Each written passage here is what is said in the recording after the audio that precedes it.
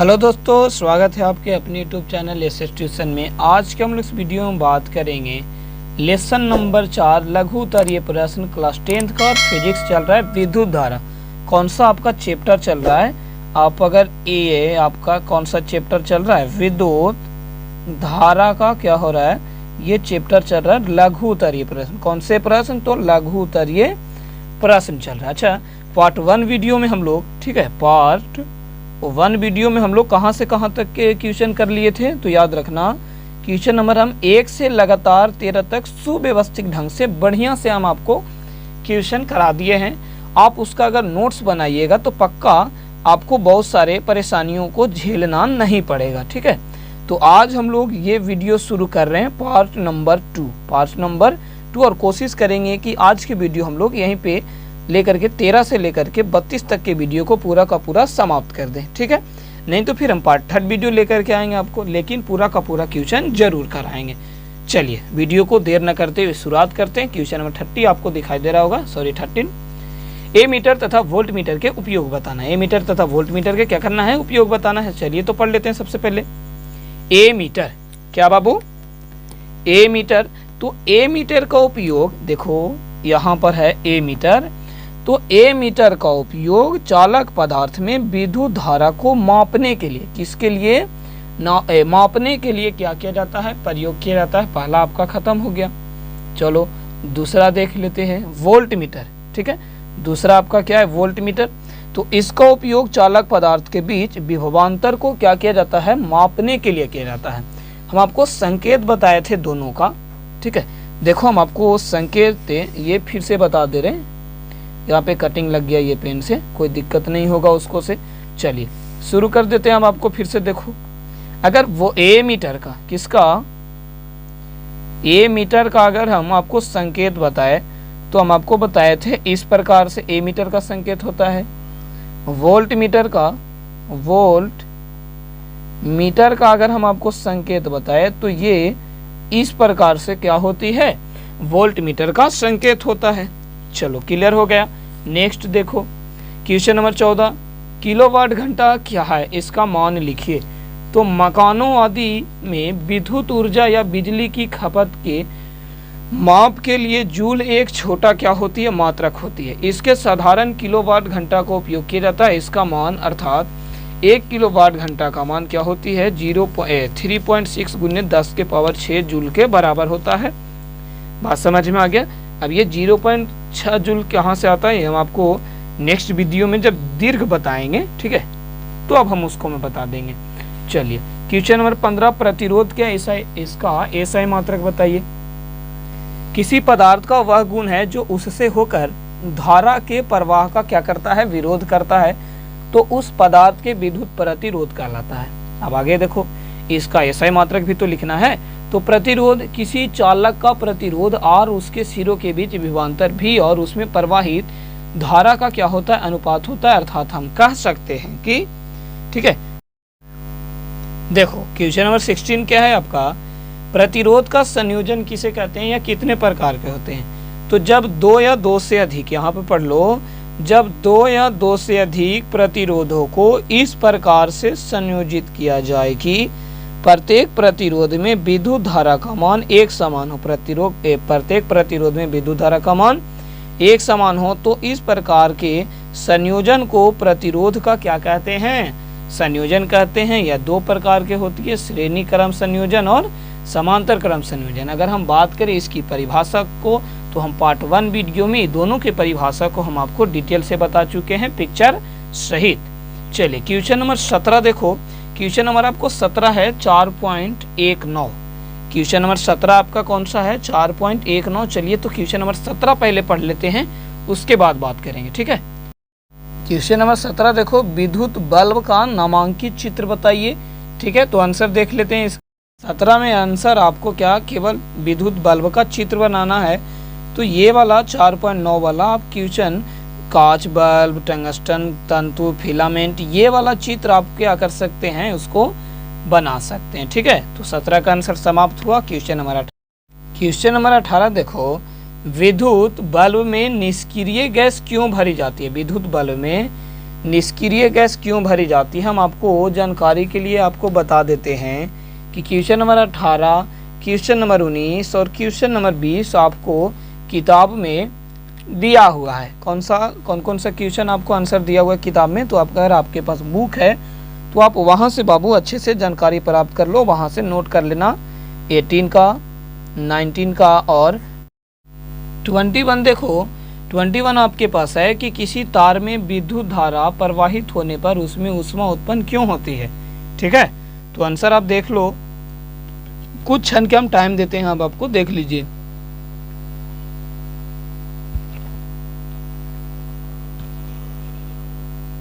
चलिए, आशा करता हूं आप आंसर को देख लिए होंगे तथा पढ़ भी लिए होंगे। तो किसी चालक में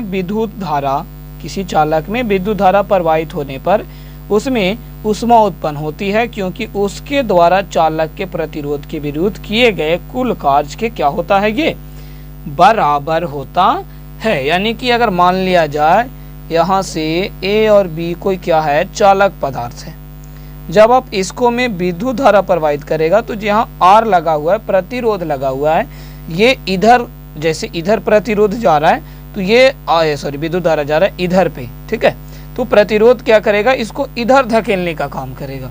तो इसके साथ यहाँ पर क्या उत्पन्न होती है, ऊष्मा उत्पन्न होती है। क्या उत्पन्न होती है, ऊष्मा उत्पन्न होती है। चलो एक बार ध्यान से आंसर आप देख लो, ये वाला लिख देना आप। ठीक है, क्वेश्चन नंबर 22 देखते हैं। इसी में आपको 22 नजर आ रहा है। देखो, विद्युत धारा के ऊष्मीय प्रभाव किन कारकों पर निर्भर करती है, तो देख लो किन कारकों पर निर्भर करती है। आंसर लिख दिए, निम्नलिखित बातों पर निर्भर करती है। किन कारकों पर, तो निम्नलिखित कारकों पर या निम्नलिखित बातों पर निर्भर करती है। पहला आपका है, यदि किसी चालक का प्रतिरोध नियत रहता है तो उसमें नियत समय में, यहाँ क्या होगा, नियम समय में नहीं, गलती लिख दिए हैं, नियत समय में उत्पन्न ऊष्मा धारा के वेग के क्या होती है, समानुपाती होती है। दूसरा पॉइंट देखो, दूसरा क्या है आपका, तो दूसरा, यदि किसी चालक में बहती हुई धारा का मान नियत हो तो किसी निश्चित समय में उत्पन्न ऊष्मा चालक के प्रतिरोध की क्या होती है, समानुपाती होती है। ये आपको लिख देनी है। ठीक है, ऊष्मीय प्रभाव। क्वेश्चन नंबर 23 देखो आप, किसी चालक से प्रवाहित धारा के कारण उत्पन्न ऊष्मा संबंधी जूल के नियम क्या है, तो आंसर देख लो, किसी चालक से प्रवाहित धारा के कारण उत्पन्न ऊष्मा संबंधी नियम का प्रतिपादन सर्वप्रथम जूल ने किया था। रेड कलर से आपको बताया गया है वहां पर। ठीक है, किसने किया था, जूल ने किए थे। किनके द्वारा किया गया था बाबू, जूल महोदय के द्वारा। तो जिसे जूल का ऊष्मीय मान कहते हैं। अब इनके अनुसार क्या किया गया कि यदि चालक में उत्पन्न ऊष्मा, जिसको हम किसको से डिनोट किए हैं, क्यू से, उस चालक में प्रवाहित होने वाले विद्युत धारा आई के वर्ग के सीधा क्या होती है, समानुपाती होती है। ये जूल महोदय ने बताया था। तो इसका आंसर आप इतना तक लिख सकते हो। 24 देखो, विद्युत तापन युक्तियों के मूल सिद्धांत क्या है, तो इसमें इससे होकर जाने वाले विद्युत ऊर्जा को उष्मा ऊर्जा में रूपांतरित करके उसके उष्मा ऊर्जा को घरेलू उपकरण में उपयोग में क्या किया जाता है, लाया जाता है।